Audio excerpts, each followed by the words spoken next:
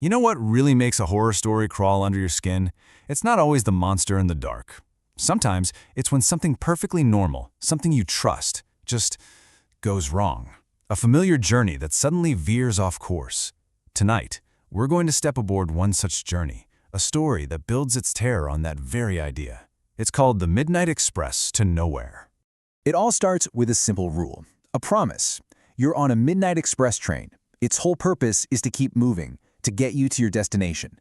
The story makes that promise clear, setting up a feeling of safety, of certainty. Because in horror, the most powerful scares always come right after a fundamental rule gets broken. And there it is, the break. 2:17 in the morning. Notice how specific that is. It's a classic move. It anchors this strange, impossible event in a real, concrete detail. It makes the nightmare feel like it's happening right now, on your watch. The promise is officially broken, and the real journey, well, that's just beginning. Now listen, what happens next? It's not a loud noise. It's the exact opposite. The story weaponizes silence. This quiet isn't peaceful. It's described as a pressure, something heavy, almost alive. Silence itself becomes a threat you can feel in the air.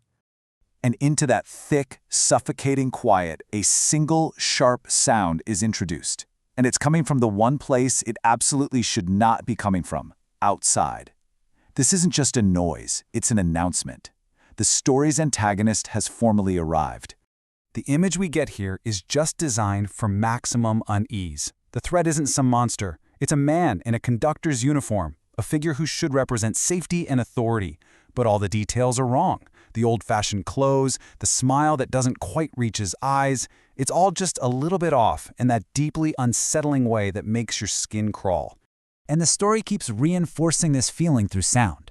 The tapping isn't frantic. It's not aggressive. It's methodical, patient. This tells us that whatever is out there isn't some chaotic beast. It's intelligent, it's deliberate, and it feels like it has all the time in the world. At this point, all control is just stripped away from the passengers. The door opens by itself. That's a crucial moment. It establishes the power dynamic here. The people on this train are no longer in charge of anything. They are subjects. And that sudden drop in temperature? That's that classic horror trope, the physical sign that something not of this world has just entered the room. His first word, just one, a completely mundane request in a situation that is anything but. The way his voice is described, like it sinks into the upholstery, is this brilliant, subtle hint that he isn't just a person on the train, he's a part of the train. And here's where we see his real power. It's this quiet, absolute denial of reality itself. The couple has their tickets, they're valid, but he simply says, not yours. He's not arguing with them. He is rewriting the rules of their existence. This was never about a train fare. This is a judgment. This is the story's first huge reveal, the moment the floor drops out from under everyone. The line, "You're on the wrong train," confirms that this isn't just a delay, it's a supernatural trap. And the detail that everyone heard it, even though it was a whisper, it's like he broadcast the truth directly into their minds, right before plunging all of us into total darkness. Taking away your ability to see is a masterclass in psychological horror. Because in that pitch black, the sound of a single, sharp scream that's suddenly cut off becomes 1,000 times more powerful. It forces your own imagination to paint the picture, and what you imagine is almost always worse than what you could be shown. And then, the lights flicker back on, and we see the consequence.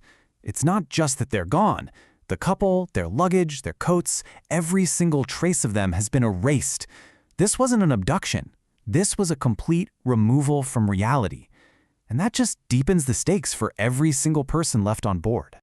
After the shock, you get the inevitable human reaction, pure panic. The story lets that chaos explode for just a moment, only to crush it with the cold, hard reality of their situation. The train car is now a sealed box, a pressure cooker, one of the most classic settings in all of horror.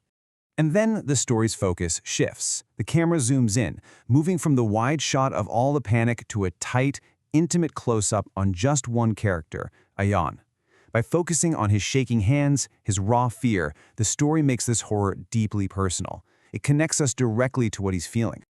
This question, this is the moment everything pivots. The conductor isn't asking about Ayan's ticket anymore. He's asking about his life. This is where the story reveals its true purpose. This isn't some random ghost train. This is a story about a moral reckoning. And then we get this rapid-fire flashback, like a traumatic memory breaking through to the surface. We're bombarded with these jarring, sensory bits and pieces, and it all starts with the feeling of rain on a dark road. Then, you get the mechanics of the tragedy. The sharp screech of tires on wet pavement, the blinding glare of headlights. These are the sounds and images that have been buried deep down, the moments right before the unforgivable thing happened. And finally, there it is. The moral failure at the very heart of this memory. Seeing a body on the road and then making the conscious choice to grip the steering wheel and just drive away.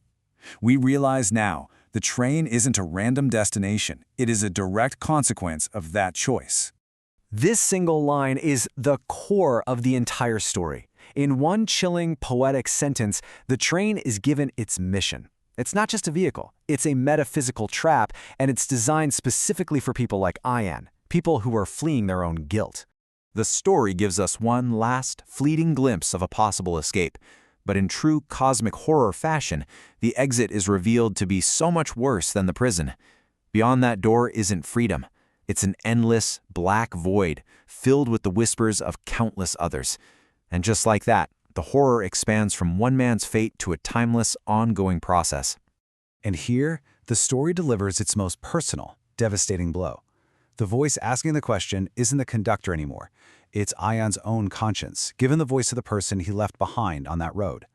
It is the one question he has been running from his entire life. Now, the conductor's real purpose is clear. He's not a monster. He's not a killer. He's more like a ferryman, an agent of consequence. His touch isn't violent. It's described as calm and final. He's simply here to oversee the inevitable conclusion to a choice that was made a long, long time ago. And this is the final, damning truth of it all. The ultimate horror here isn't death. It's the journey itself. The punishment isn't an end. It's an endless continuation. Ayan isn't a passenger going somewhere anymore. He has become a permanent piece of this purgatorial machine. And with that one word, the story just leaves us hanging. The most terrifying thing wasn't the ghost or the violence. It was an idea, eternity, a journey that never ever arrives at a destination. It's a profoundly unsettling fate and a perfect, lingering note of dread to end on.